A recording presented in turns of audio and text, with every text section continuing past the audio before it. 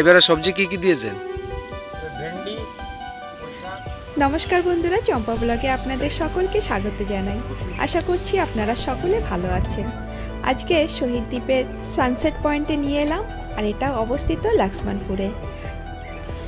এই শহীদ দ্বীপের সানসেট পয়েন্টটা আমার ব্লগে আগেও দেওয়া রয়েছে, সেটা ডিটেলসে দেওয়া রয়েছে, আপনারা দেখলে অবশ্যই দেখতে পারেন। এই জায়গাটা খুবই সুন্দর এবং ফেমাস একটা জায়গা। এই সানসেট পয়েন্টটা দেখার জন্য দেশ বিদেশ থেকে বহু পর্যটকরা এখানে আসেন। এই বিচের প্রাকৃতিক সৌন্দর্যটা অসাধারণ সৌন্দর্য। এখানের বালুর কালারটা যেমন সাদা এবং বিচটাও দেখতে অপূর্ব। নীল আইল্যান্ড মানে শহীদ দ্বীপটা খুবই ছোট একটা দ্বীপ। পর্যটকদের হাতে একদিনের সময় নিয়ে নীল আইল্যান্ডে বেড়াতে আসেন এবং এই একদিনের সময়ে ওনারা খুব সুন্দরভাবে এখানে ঘুরতে পারেন। যেমন সারাদিনটা নীল আইল্যান্ডের যত ট্যুরিস্ট প্লেস সেই সমস্ত জায়গা ঘুরে শেষে বিকালের দিকে এসে যায় এই সানসেট পয়েন্টে। আর এইখানটাই হচ্ছে সবথেকে শান্তির একটা জায়গা, দেখে বুঝতেই পারছেন। এই সমস্ত প্রাকৃতিক সৌন্দর্যগুলো নিজের চোখে দেখলে আলাদা অনুভূতি আপনারা পাবেন। এত সুন্দর জায়গাগুলো আমরা ক্যামেরায় তেমনভাবে তুলে ধরতে পারি না। চোখে দেখা সৌন্দর্য আলাদা, আর ক্যামেরায় বন্দি করা ছবিগুলো একেবারেই আলাদা। আপনারা যখন আন্দামানে আসবেন অবশ্যই শহীদ দ্বীপে এই জায়গাটায় ভিজিট করবেন। খুব সুন্দর, আপনাদেরও খুব ভালো লাগবে।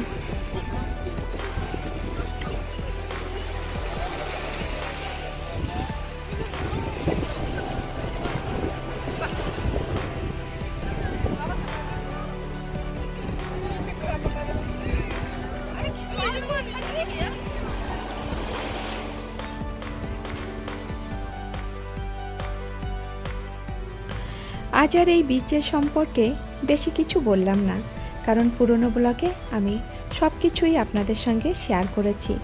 আজকে এই সুন্দর সানসেটের যে দৃশ্যটা সেগুলোই আমার সঙ্গে আপনারা দেখতে থাকুন।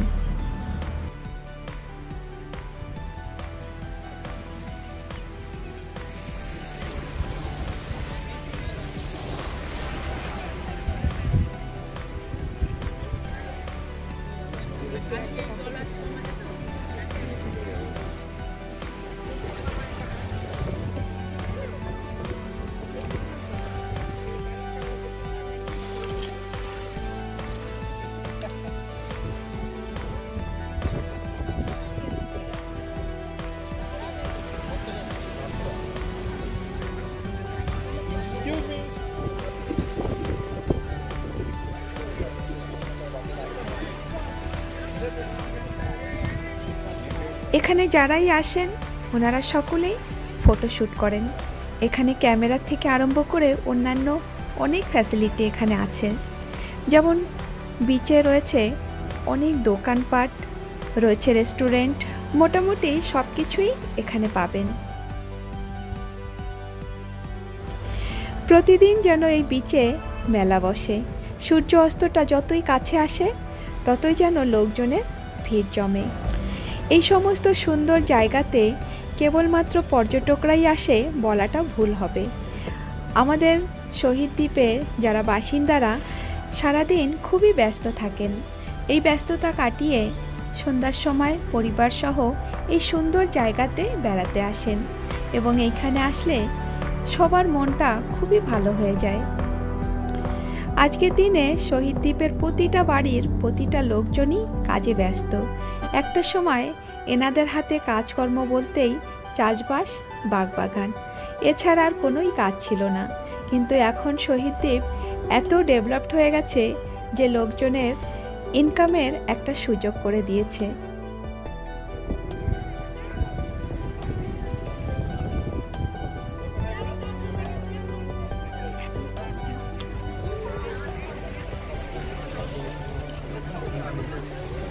দু-তিন বছর আগেও এই সি বিচেই ছিল সারা দোকানপাট, কিন্তু বর্তমানে এই দোকানপাট বা রেস্টুরেন্টগুলো সব বিচের থেকে একটু উপরের দিকেই বসিয়েছে।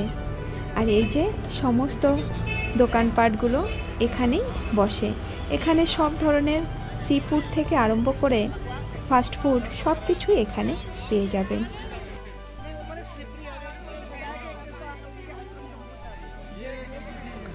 তাহলে বন্ধুরা, আজকের এই সুন্দর সানসেট বিচটা আপনাদের কাছে কেমন লাগলো এবং কারা কারা এখানে বেড়াতে এসেছেন অবশ্যই কমেন্ট করে জানাবেন। এবার আপনাদেরকে নিয়ে এলাম শহীদ দ্বীপের একটা সুন্দর গ্রাম রামনগরে। এখানেও চাষবাসটা খুবই ভালো হয়।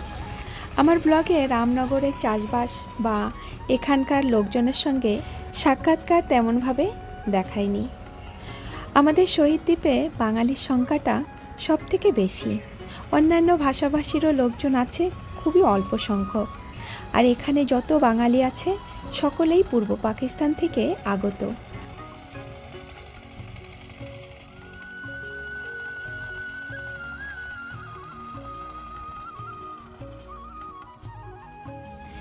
এই সমস্ত জমি জায়গার চাষবাসটা একটু লেটেই শুরু করা হয়। তার একটাই কারণ, এই জমিগুলো একটু ডাবা জমি। ধান কাটার পরে জলটা শুকাতে অনেকটা সময় লেগে যায়। এখন যেহেতু চাষবাসটা অনেক লেটে করা হচ্ছে, যার জন্য বেশিরভাগ দেখা যাবে এই সমস্ত জমি জায়গাতে ঢ্যাঁড়স লাগাতে। ঢেঁড়স গাছ বসিয়েছে।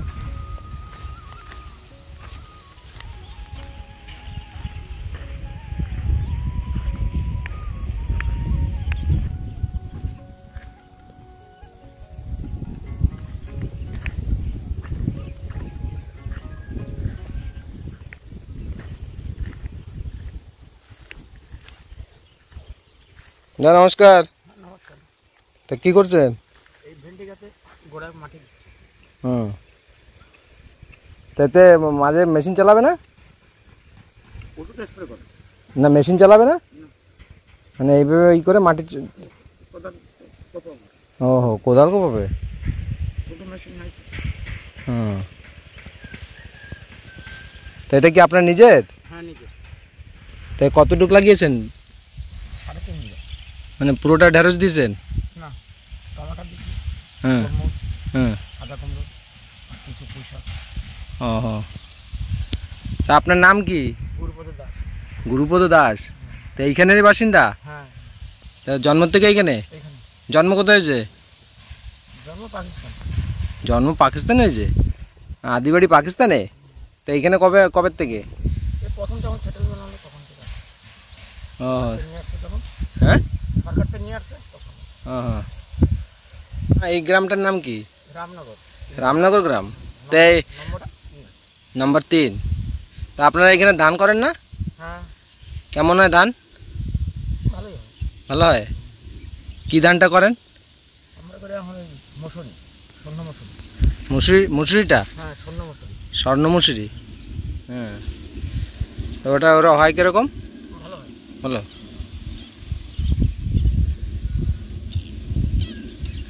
তা এবারে সবজি কি কি দিয়েছেন? এবার ভেন্ডি, পুঁই শাক, হ্যাঁ টমাটার, হ্যাঁ। তরমুজ আর অল্প কিছু সাদা কুমড়ো। তা এখন হচ্ছে না? না, এখন আছে, এখন নতুন লাগানো। নতুন লাগানো আছে। হ্যাঁ।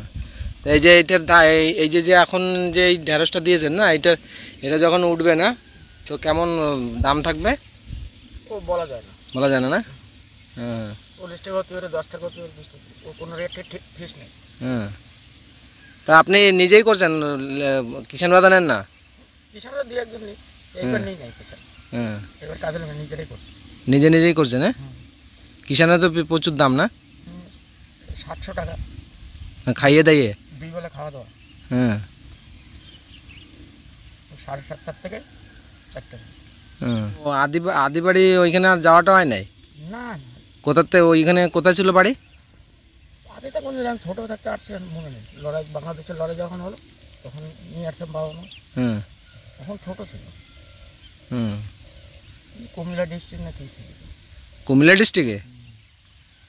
এই যে কোপাচ্ছেন না, হ্যাঁ। তো এইটা খালি এইরকম ভাবে কোপাই দেবেন না আরো পরে কোদাল দিয়ে মাটি দেবেন? পরে কোদাল দিয়ে মাটি দেবো। মানে প্রথমে গোড়াটা এই করে দিচ্ছেন আগে? গোড়াটা এই করে দিচ্ছি, কালকে সার দেবো। কালকে সার দেবেন? সার দেওয়ার জন্য এই কাজ করা হচ্ছে। হুম। তারপর কোদাল দিয়ে কোপাই দেবো। এখন তো সারটা না দিলে কিছু হয় না, না? সার না দিলে সার দেবো, তারপর সার দেওয়ার জন্য গোড়া পরিষ্কার করা হচ্ছে।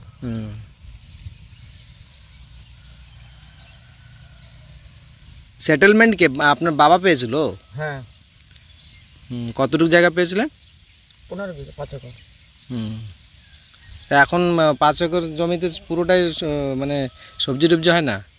সবজি হয়, আমরা 3 ভাই হ্যাঁ করে নিয়েছি। সবাই ভাগ করে নিয়েছেন? নিজের সবজি পুরোটাই হয়, ধান পুরোটাই হয় না। গ্রাম বীজের দাম আছে 1200-1700। কি ভেন্ডির? তাও মানে একটা ভেন্ডি মিস হবে না? না না না, মিক্স হবে, এটা একদম গ্রাম। জাত কি ভেন্ডি হবে সেটা বলা যায় না, কিন্তু বীজ মিক্স হবে না। এটা কোনোটা জাত ভালো হতে পারে, কোনো না হতে পারে। এবারে ধান লাগিয়েছিলেন, ধান কিরম হয়েছে? হয়েছে আমার 25-30 মণ হয়েছে। তাই হয়ে যাবে বছর? হ্যাঁ, আমার ছেলে পড়ছে, কি হয় জানো? কি নিয়ে পড়তেছে? পলিটিক্যাল সায়েন্স, ওর MA হয়ে গেছে। MA হয়ে গেছে, এখন B.Ed পড়তেছে। B.Ed এই বছর লাস্ট। তাই তো অন্যদিকে তো সবজি তুলতেছে, ওদিকে জমি জলদি শুকায়। জলদি শুকায়? ও হ্যাঁ, জলদি শুকায় যায়। তা এই যে সবজি উঠতে উঠতে তো আবার জল এসে যাবে? বলা যায় না, আসতে পারে, না আসতে পারে। এখন তো নাবিতে বর্ষা হয়। হ্যাঁ, বর্ষা তো নাবিতে হয় এখন। নাবিতে মানে? ভাদ্র মাস পরে গিয়ে বর্ষা হয়। ও, বর্ষার সিজনে বর্ষা হয় না তো। এতে ফসল আমরা পাই না। এই বাদলা গাছটা খুবই খাতরা না? বাবা, মারলেও মরে না। বাদলা আর শোন, বিশাল। এ কয়দিনে ফল আসবে? না, এই 1-1.5 মাসের ভিতরে চলে আসবে। 1.5 মাসে? মানে এই কোপটাই লাস্ট কোপ? এই এখন কালকে সার দিয়ে দেবো। হ্যাঁ, 15 দিনের ভিতরে এই গাছ এই সাইড হয়ে যাবে। মানে 1-1.5 মাসের ভিতরে ফল। হাইব্রিড না? হয়, এখন যা কষ্ট, মানে চাষবাস করতে যা কষ্ট, তো হাইব্রিডই লাগায় মানুষে, কেন দুটো ফসল পাওয়া লাগে না? ওই যে এখন এটা হয়ে যাবে, এরপরে আরেকটা ধরবো, এই যে টমেটো আরেকটা ধরবো। টমেটো মানে যেটা কম দামে, এই যে ভেন্ডি, এইটা হবে আর কি, অন্য সবজিটা হবে না। লঙ্কা ফঙ্কা বেশি সময় লাগবে না? 3 মাস লাগবে। ওটা হলে জল টল পাই দিয়ে যাবে না? এবার একই দেওয়া যায় ভেন্ডি দিলে জল পাতলে কোনো অসুবিধা নেই। হাঁটার সময় জলও থাকে, তো ভেন্ডি হয়ে যায়, ভেন্ডি মরে না। ঠিক আছে, তাহলে আপনি কাজ করেন। আসছে, আসেন বেড়াইতে। হ্যাঁ,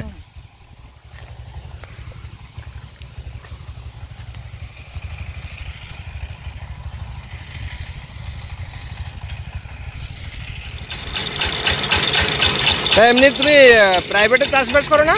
না না, আগে করতাম, এখন করি। হ্যাঁ, আগে এক সময় করতাম, তা এখন তো এতেও পয়সা আছে, করি না কেন, ও খাটনি বেশি হয়ে যায়, ভুট্টা ব্যথা করে। হ্যাঁ, ওই জন্য ঘন্টা কয় ঘন্টা কত করে চলে? 1 ঘন্টায় মানে 1 লিটার মতো। কত করে ঘন্টা চাষ করলে? আগে 600 ছিল, এই বছর আবার 700 করে।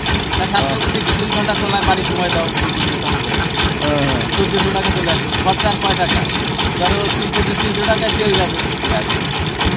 তো করি না কেন, ওইটা খাটতে বেশি হয়ে যায়। আর কেউ জমিতে গেলে পুরো ক্লিয়ার না করলে না হয় না। তা আশেপাশে আগে করতাম, পয়সা তো জিনিস ছিল, এখন আবার গাড়ি কম, তো পয়সা দিয়ে দেয়, সবাই করতে পারে। আমি তো অনেক আগে করছি পুরো, না এখন আর কিছু করি না। আমি ওই ট্রাভেলস লাইনে রয়েছি, ও বা এত দরকার না, খালি ফোনে পয়সা। ট্রাভেলসে কিরকম হয়? ট্রাভেলস তো বেশ পাঠায়, বেশ ঘুরাই। গেস্ট কি মানে গেস্ট কি তোমার কি ধরা রয়েছে না? এজেন্ট আছে, দুনিয়ার এজেন্ট না। মানে কোথা থেকে? Direct mainland? না না, বদলার থেকে? ডাইরেক্ট জানাই না, যদি মনে করো ডাইরেক্ট যদি তোমার সাথে কেউ কন্ট্যাক্ট করে? ডাইরেক্ট করলে আমি ওই ঝামেলা নেই না, ও হয় ওতে আরও বেশি লাভ থাকে। ওতে ঝামেলা কি? ঝামেলা কি, আমি হাফলোকে ওটা দেখা লাগবে, হাফলোকেটা দিয়ে গেলে কোন দ্বারে কোন এরিয়ায় না কত টাকা ওইগুলো আমি জানা নাই, হোটেলও কিছু জানা নাই। ওই জন্য কি ওই জায়গায় ঝামেলাটা নেই। বেশিরভাগ ট্রাভেলারই কাজ করো? কালকে যেরকম কাজ দিয়ে আসছি, গাড়ি রয়েছে, ড্রাইভার নাই, কিন্তু ভাড়া মানে বসা রয়েছে, ড্রাইভার বাড়ি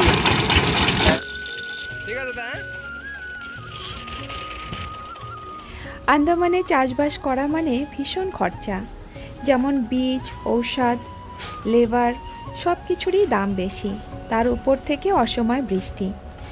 এই কারণেই কৃষক ভাইয়েরা হাইব্রিড বীজটাই বেশি ব্যবহার করেন। এই বীজ লাগানোর পর 1-1.5 মাসেই ফসল দেখা যায় এবং খুব শীঘ্রই মার্কেটে নিতে পারে। আজকে শহীদ দ্বীপের রামনগর গ্রামটা আপনাদের কেমন লাগলো অবশ্যই কমেন্ট করে জানাবেন। রামনগরের অনেক ইতিহাস আপনাদের সঙ্গে তুলে ধরব। নেক্সট ভিডিওর জন্য আপনারা অবশ্যই অপেক্ষায় থাকবেন। আপনারা সকলেই ভালো থাকবেন, সুস্থ থাকবেন। আপনাদেরকে অসংখ্য ধন্যবাদ আমার পাশে থাকার জন্য।